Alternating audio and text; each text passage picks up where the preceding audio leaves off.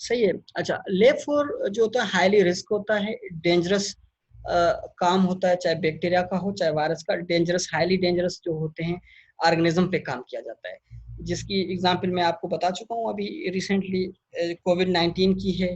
ठीक है, और भी बहुत सारे ऑर्गेनिजम्स हैं, ठीक है, जिसके आपने शायद ही कभी नाम सुने हो, शायद ही हम लोगों ने नाम सुने हो। तो वो डिजीज क्या करते हैं, उन डिजीज का ये काम होता है कि वो अगर अ, जो अगर आउटब्रेक हो जाते हैं तो इससे क्या होता है, इससे बहुत ज़्यादा लॉस होता है। ठीक है, इन्वायरमेंट का लॉस होता है, ह्यूमन का लॉस होता है, और बाकी चीज़ों का लॉस होता है। ठीक है। अच्छा, आगे चलते हैं। Work with dangerous and exotic agents that pose a high individual risk to aerosol transmitted laboratory infections, agents which cause severe to fatal disease in humans, for which vaccines or other treatments. तो उन disease को क्यों काम किया जाता है, ताकि उन डिजीज पे इसलिए काम किया जाता है ताकि उनकी वैक्सीन को बनाया जा सके, उनको ट्रीटमेंट किया जा सके। बाज़ोकात ये भी बात याद रखिएगा, बाज़ोकात उनको बायोवार के पर्पस के लिए भी यूज किया जाता है। ठीक है, तो बायोवार का पर्पस ये होता है कि कुछ इस तरह के साइंटिस्ट होते हैं, वो जब वीपन्स बनाते हैं तो वीपन से उनकी जो है इन ऑर्गेनिज्म को एसोसिएट कर लेते हैं, जिसकी वजह से बहुत ज़्यादा नुकसान भी होता है। तो कहा जाता है कि इन फ्यूचर जो है बायोवार की बहुत ज़्यादा चांसेस हैं। ठीक है, और other treatments are not available, यानी कि वो तमाम ट्रीटमेंट जिन डिजीज की जो ट्रीटमेंट नहीं है उन पे काम किया जा रहा होता है, वो लेवल 4 का होता है, यानी कि लेब 4 का लेवल होता है। ठीक है। अच्छा, जिसकी एग्जांपल है बोलावियन एंड अर्जेंटाइन हेमोरेरिक फीवर। हेमोरेरिक फीवर क्या होता है, बता सकता है कोई? हालांकि ये जो है मेडिकल की टर्म है। ठीक है, ये हालांकि मेडिकल की टर्म होती है। हेमोरेज फीवर या हेमोरेग फीवर होता है। ठीक है, इससे क्या होता है कि ब्लड जो होता है वो रप्चर हो जाता है वेसल्स। ठीक है, और जो है रप्चर्स होके यानी कि ब्लड आउट हो जाता है, ब्लड की जो है सर्कुलेशन डैमेज हो जाती है, जिसकी वजह से पास होती है, जिसको कहा जाता है हेमोरेज कहा जाता है। हेमोरेज का मकसद यहाँ हेमोरेफिक फीवर भी कहा जाता है। ठीक है, हेमोरेजिक फीवर जो होता है, जिससे दोबारा बता देता हूँ, skip of blood from ruptured blood vessels. Blood vessel से जो है वो जो है वो खून जो होता है वो रप्चर हो जाता है। ये बाजुकात जो है क्या करता है, ये बाजुकात माइंड जो होता है ब्रेन, ब्रेन को भी नुकसान पहुंचाता है। ठीक है, तो ये बहुत सारे बाजुकात इंजन इससे इंजरी भी हो जाती हैं। ठीक है, कार एक्सीडेंट से भी हो जाती हैं, बुलेट से भी हो जाती हैं, यानी कि वेजल्स रप्चर हो जाती हैं और खून जो है स्पीड से बाहर निकलना शुरू हो जाता है। ठीक है। अच्छा, इसके अलावा मारबर्ग वायरस। मारबर्ग वायरस क्या होता है कि एक इंसेक्ट्स, कुछ इंसेक्ट्स हैं, इंसेक्ट से ये वायरस जो है वो फैलता है। ठीक है, और जिसकी वजह से क्या होता है, बहुत ज़्यादा नुकसान होता है। ये फ्लाइज वगैरह जो हैं इसके वेक्टर्स होते हैं। ठीक है, आ रही है बात समझ में? ये जो है इसकी सबसे ज़्यादा क्या होती है, वोमिटिंग होती है, चेस्ट पेन है। ठीक है, और भी बहुत सारी जो है इसकी सिम्टम्स होते हैं।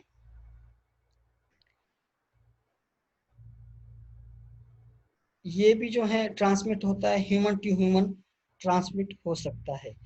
ठीक है, आ रही है बात समझ में बेटा?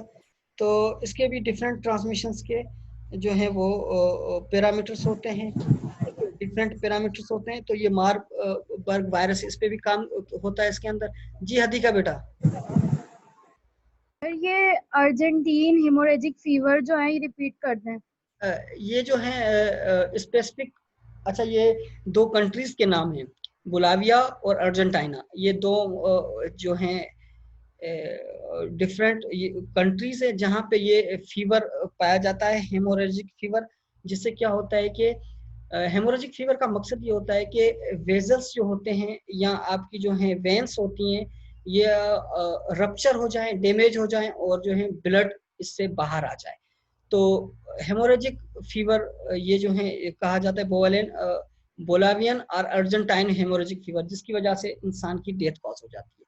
अच्छा, हेमोरेजिक फीवर भी इसको कहा जाता है, और हेमोरेजिक जो है एक मेडिसिनल टर्म है जिसका मकसद होता है कि ब्लड आउट हो जाना, ब्लड यानी कि सर्कुलेटरी सिस्टम से आउट हो जाना, यानी कि वेंस का डिस्टर्ब हो जाना, वेंस का खत्म हो जाना, ठीक है, यानी कि वेंस रप्चर हो जाना, वेंस डैमेज हो जाना, जिसकी वजह से ब्लड बाहर आ जाना, ठीक है। अच्छा, इसके अलावा मारबर्ग वायरस है, एबोला वायरस है, और अदर जो है डिजीज इस तरह की जो है उस पर काम किया जा रहा है, ठीक है बेटा, आगे चलते हैं। अच्छा, this levels also used for work with agents such as small pox, ठीक है, small pox considered contagious enough to require the additional safety measures regardless of vaccination availability। अच्छा, स्मॉल पॉक्स पे भी इस पे जो है वो काम किया जाता है, ठीक है, जस्ट लाइक अब मैं आपको एक छोटी सी एग्जांपल देता हूँ, बायोवार के अंदर इस तरह के जो है बॉर्डर पे मिसाइल्स वगैरह जो है वो फायर कर देते हैं, जिससे नुकसान नहीं होता, एक्सप्लोजिव यानी कि एक्सप्लोजन नहीं होता उसके अंदर, ठीक है। उसमें क्या होता है कि डिजीज जो है वो बाहर आ जाती है, रप्चर हो जाती है, जिसकी वजह से बैक्टीरियल इन्फेक्शन हो सकती है, वायरल इन्फेक्शन हो सकती है, या इस तरह की डिजीज आ जाए जैसे लाइक स्मॉल पॉक्स डिजीज आ जाए, वहां पे बॉर्डर पर जितने आर्मी के लोग हैं उनके अंदर डिजीज कॉज कर जाए। तो इस तरह की जो है कभी कभार एक्टिविटीज होती है जिसकी वजह से बहुत ज्यादा नुकसान होता है, फिर जो है सेफ्टी मेयर्स की तरफ जाना पड़ता है। तो आजकल जो है इस तरह की एक्टिविटीज को देखा जाता है, ठीक है, स्पेशली बॉर्डर्स पे या जहाँ पे फोर्सेस के एरिया होते हैं या हेडक्वार्टर्स होते हैं, तो वहाँ पे इस तरह की जो है अटैक होते हैं, इस तरह के थ्रेट्स होते हैं, जिसकी वजह से बहुत ज्यादा इश्यूज हो जाते हैं। अच्छा, इसके अलावा when dealing with biological hazards at this level the use of positive pressures personal suits with a segregated air supply is mandatory, ठीक है। तो बाज़ क्या होता है कि इस तरह का प्रेशर डेवलप हो जाता है या इस तरह का अंदर जो है इन्वायरमेंट हो जाता है, जो इन्वायरमेंट हो जाता है लैब का अंदर, तो एयर को सीग्रेट किया जाता है, एयर को सेपरेट किया जाता है या एयर को चेंज किया जाता है, ठीक है। अब एयर को किस तरह चेंज करना है अंदर की एयर को, तो ये भी एक बहुत बड़ा इशू होता है, ठीक है। बाज़ कुछ माइक्रोबियल ऑर्गेनिजम्स या माइक्रोब्स एयर के अंदर प्रेजेंट होते हैं, लेब के एयर के अंदर। अब जैसे ही उसको आप एग्जॉस्ट करवाएंगे या बाहर की एयर को, उस एयर को अगर आप बाहर एग्जॉस्ट करवाएंगे तो बहुत ज्यादा इश्यू होता है, तो एयर को भी फिल्ट्रेट करवाना पड़ता है इसके अंदर, तो वो भी बहुत बड़ा बायोलॉजिकल हैजर्ड होता है। अच्छा, the entrance and exit of level 4 biolab will contain multiple showers, यानी कि लेब 4 के लिए आपको जाने के लिए लेवल 4 में आप लोगों को पढ़ा रहा हूँ, उस बायो लैब के लिए जाने के लिए आपको मल्टीपल शावर से पास आउट होना पड़ता है।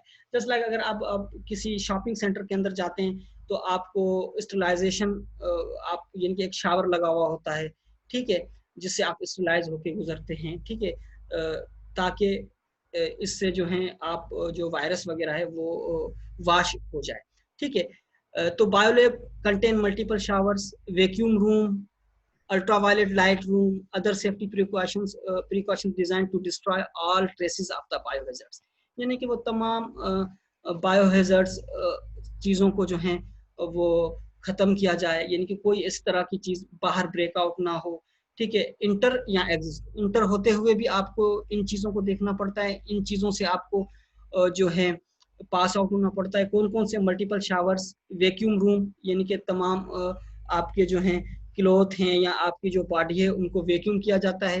इसी तरह अल्ट्रावायलेट रूम से पास आउट होना पड़ता है ताकि कोई भी माइक्रोब्स हो वो भी खत्म हो, ठीक है। एंड अदर, आवाज आ रही है आपको मेरी, ठीक है। Yes sir. And other safety precautions, जो दूसरे सेफ्टी प्रिकॉशंस होते हैं उनसे भी आपको पास आउट होना पड़ता है, ठीक है। इसके बाद all air and water service going to and coming from a biosafety level 4 will undergo similar discontamination procedure to eliminate the possibility of an accidental release। तो पानी चाहे आ रहा हो, एयर एंड वाटर सर्विसेज, चाहे आप इंटर करवा रहे हो चाहे एग्जिस्ट करवा रहे हो, उनको भी जो है प्रॉपर किया जाता है, ट्रीटेड किया जाता है, देखा जाता है, उनके जो है सैंपलिंग की जाती है, वाटर को चेकआउट किया जाता है, तो बहुत सारी चीज़ों को देखा जाता है। अब आप खुद सोचें कि लैब 4 जो होती है उस पे जो काम किया जाता है बायो लैब पे, वो कितना डेंजरस होता है और कितना इम्पोर्टेंट होता है। ठीक है, पाकिस्तान के लिए ये कहा जाता है कि लैब 3 और लैब 4 नहीं है, पर आई होप कि पाकिस्तान के पास इतनी टेक्नोलॉजी है, और जाहिर नहीं है कि हम उसको दुनिया के लिए शो ऑफ करें, क्योंकि अल्हम्दुलिल्लाह हमारे पास इतनी टेक्नोलॉजी है, हमारे पास साइंटिस्ट हैं, ये लैब हमारे पास मौजूद हैं। कॉन्फिडेंशियल इसीलिए रखा है क्योंकि बाज़ औक़ात बहुत ज़्यादा इन चीज़ों को शो ऑफ करना मुसीबत बन जाती है, लेकिन जिन जिन के पास न्यूक्लियर वेपन्स हैं उनके पास ये बायो लैब हैं। ठीक है, तो ये बायो लैब हाईली कॉन्फिडेंशियल होते हैं, इस पे बहुत ज़्यादा जो वर्कर्स काम कर रहे होते हैं वो भी कॉन्फिडेंशियल होते हैं, वो अपने आप को शो ऑफ नहीं कर सकते। इवन कुछ इस तरह के होते हैं, उनको अपना विजिटिंग कार्ड भी नहीं रखना होता, उनके जो है उनको शो ऑफ नहीं करना, तो उनकी लाइफ जो होती है बहुत ज़्यादा रिस्ट्रिक्टेड लाइफ होती है। तो उनकी जो लाइफ होती है वो सोशल यानी कि इतनी सोशल नहीं होती, बहुत ज़्यादा कट ऑफ होती है। तो ऐसे लोग, ऐसे साइंटिस्ट आपके साथ काम कर रहे हैं, आपकी कंट्री के अंदर काम कर रहे हैं, ऐसे रिसर्च स्कॉलर काम कर रहे हैं जो कि इन चीज़ों को देख रहे होते हैं और इन चीज़ों के लिए अपने मुल्क के डिफेंस के लिए काम कर रहे होते हैं। ठीक है, अच्छा, इसी तरह इसके बहुत ज़्यादा बायोसेफ्टी गाइडलाइंस भी होती हैं। अच्छा, आप ये यकीन कर लें जो बायोटेक्नोलॉजिस्ट होते हैं उनके लिए तो बहुत ज़्यादा चांसेस होते हैं इन लैब्स पे काम करने के लिए, आगे जाने के लिए, रिसर्च इंस्टीट्यूट के काम करने के लिए। लाज़मी नहीं है कि बायोवार की तरफ जाया जाए, एग्रीकल्चर बायोटेक्नोलॉजी के अंदर भी काम किया जा सकता है, ड्रग जो है मेडिसिनल बायोटेक्नोलॉजी के अंदर काम किया जा सकता है, हेल्थ बायोटेक्नोलॉजी के अंदर काम किया जा सकता है, इन्वायरमेंटल बायोटेक्नोलॉजी के अंदर भी काम किया जा सकता है। इसके क्या एम होते हैं गाइडलाइंस के? ठीक है, रेगुलेटिंग आरडीएनए, ठीक है, regulating rDNA research with organisms that have least और नो एडवर्स इफेक्ट्स। ठीक है, इस तरह एनवायरमेंटल काम किया जाए, इस तरह जो है जो आरडीएनए पे काम किया जाए, डीएनए पे काम किया जाए, जो कि एनवायरमेंटल इसका लॉस ना हो। ठीक है,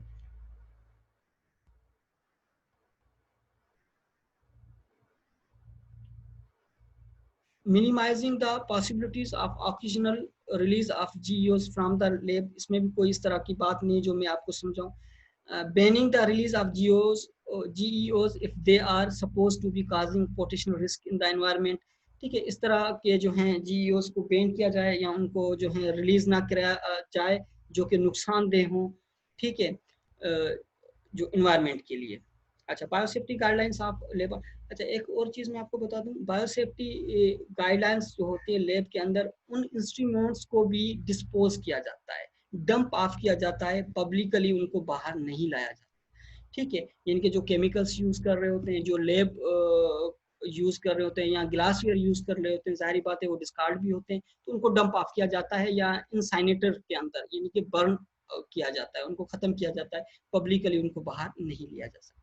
अच्छा, क्या होते हैं गाइडलाइंस लैब के लिए? Food storage, eating, drinking, smoking prohibited होते हैं। यानी कि आप जो बायोसेफ्टी लैब होती है उसके अंदर आप फूड को स्टोर नहीं कर सकते, किसी जगह रखा नहीं जा सकता फूड को। ठीक है, और कोई भी चीज़ आप ईट नहीं कर सकते, ड्रिंक नहीं कर सकते, स्मोक नहीं कर सकते, ये prohibited. Mouth pipetting is prohibited. अब आजकल माउथ पाइपिटिंग को मना किया गया है।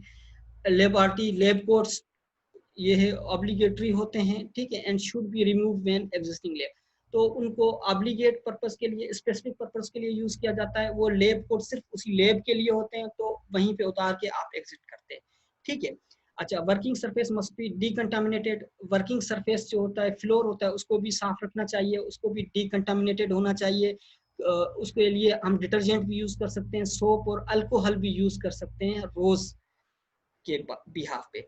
अच्छा, waste products must be decontaminated by incineration और बाय ऑटोक्लेविंग। जो चीज़ आप वेस्ट प्रोडक्ट होती हैं, जो चीज़ वेस्ट हो जाती है, उसको जो है आप इंसाइनेटर के अंदर बर्न आउट कर देते हैं या ऑटोक्लेव कर देते हैं। ठीक है, फ्रीक्वेंट हैंड वॉश, आपको फ्रीक्वेंटली हैंड वॉश करने होते हैं।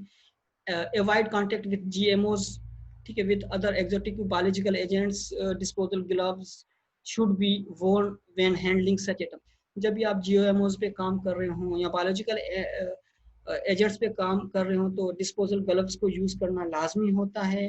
Laboratory door should be close at all times. किसी टाइम भी कोई भी डोर ओपन नहीं होना चाहिए, तमाम क्लोज होने चाहिए लैब के। Working with fume producing chemicals must be under the lab hood. जो फ्यूम प्रोड्यूस करते हैं केमिकल्स, ठीक है, कुछ टेबलेट्स भी होती हैं फॉर्म में भी आते हैं, ठीक है, कुछ चिप की फॉर्म में भी आते हैं, कुछ केमिकल्स भी होते हैं जो फ्यूम प्रोड्यूस करते हैं, ठीक है। जिस तरह फार्मलिन है, फार्मलिन भी एक केमिकल है जो कि फ्यूम प्रोड्यूस करता है, तो उनको लैब हुड के अंदर ही यूज किया जाता है। Biohazards warning signs should be always posted in lab. Biohazards कुछ इंटरनेशनल साइंस हैं, उनको यूज किया जाए, वो पोस्टेड की जाए लैब के अंदर, ठीक है। और ये भी हैं आईसीजीबी के बारे में मैंने बताया है, ठीक है, risk for human health, toxicity food, allergies, pathogens, ठीक है, ये तमाम चीजें इसके अंदर आ जाती है। मेरे ख्याल इनफ है आप लोगों के लिए, टाइम भी हो गया। आप लोगों की कितने बजे क्लास है? जी बेटा। सर अभी नेक्स्ट क्लास। तो बेटा मेरे ख्याल में इनफ है, क्योंकि इसके बाद आप लोगों की और यस भी सर, क्लास इतना होगी, बहुत है। ठीक है। इंशाल्लाह फिर ये मैं आपको बता दूंगा आईसीजीई से, ठीक है, यहाँ से फिर मैं आपको। सर वो स्लाइड्स भी शेयर कर दिएगा, लास्ट टाइम कंप्लीट हो गई हैं, वो भी शेयर कर बेटा दिएगा। मैं और बिल्कुल आप सही कह रही हैं, मैं स्लाइड भी आप लोगों को मैं भेज दूंगा। और मुझे अभी जो है मैंने यूट्यूब लिंक पे भी मुझे वो बनाना है, वो भी कहा गया कि आप यूट्यूब लिंक जो है वो भी बच्चों से रिकॉर्डिंग। शेयर करें। जी और सर, जी बेटा। सर आप अपनी कोर्स आउटलाइन भी दे दीजिए। जी बेटा। सर आप अपनी कोर्स आउटलाइन भी दे दीजिए। जी बेटा, मैं कोर्स लाइन आउटलाइन पे आपको दे दूंगा, कोई मसला नहीं है। मेरे ख्याल में मैंने शेयर की थी, मैंने आपको फर्स्ट डे जो इंट्रोडक्शन की क्लास होती है उसमें मैंने नो आउटलाइन, सर। बेटा मैंने दी है, यस सर, आपने लिखवाई थी। मैंने लिखवाई थी, सर आप लोग को दी थी। लिखवाई थी आपने? अच्छा चले, मैं शेयर भी कर दूंगा, कोई मसला नहीं है। मैं जो है आमना को दे दूंगा, वो आप लोगों को सबको दे देगी, ठीक है बेटा। अच्छा कोई और क्वेश्चन, एनीथिंग एल्स? कोई बच्चा क्वेश्चन पूछना चाह रहा हो या आप लोगों को समझ में नहीं आ रही हो बात? ठीक है बेटा, I think it is enough, ये काफी है, ठीक है। इंशाल्लाह फिर नेक्स्ट क्लास के अंदर आप लोगों को बता देगा, ठीक है बेटा। Thank you so much.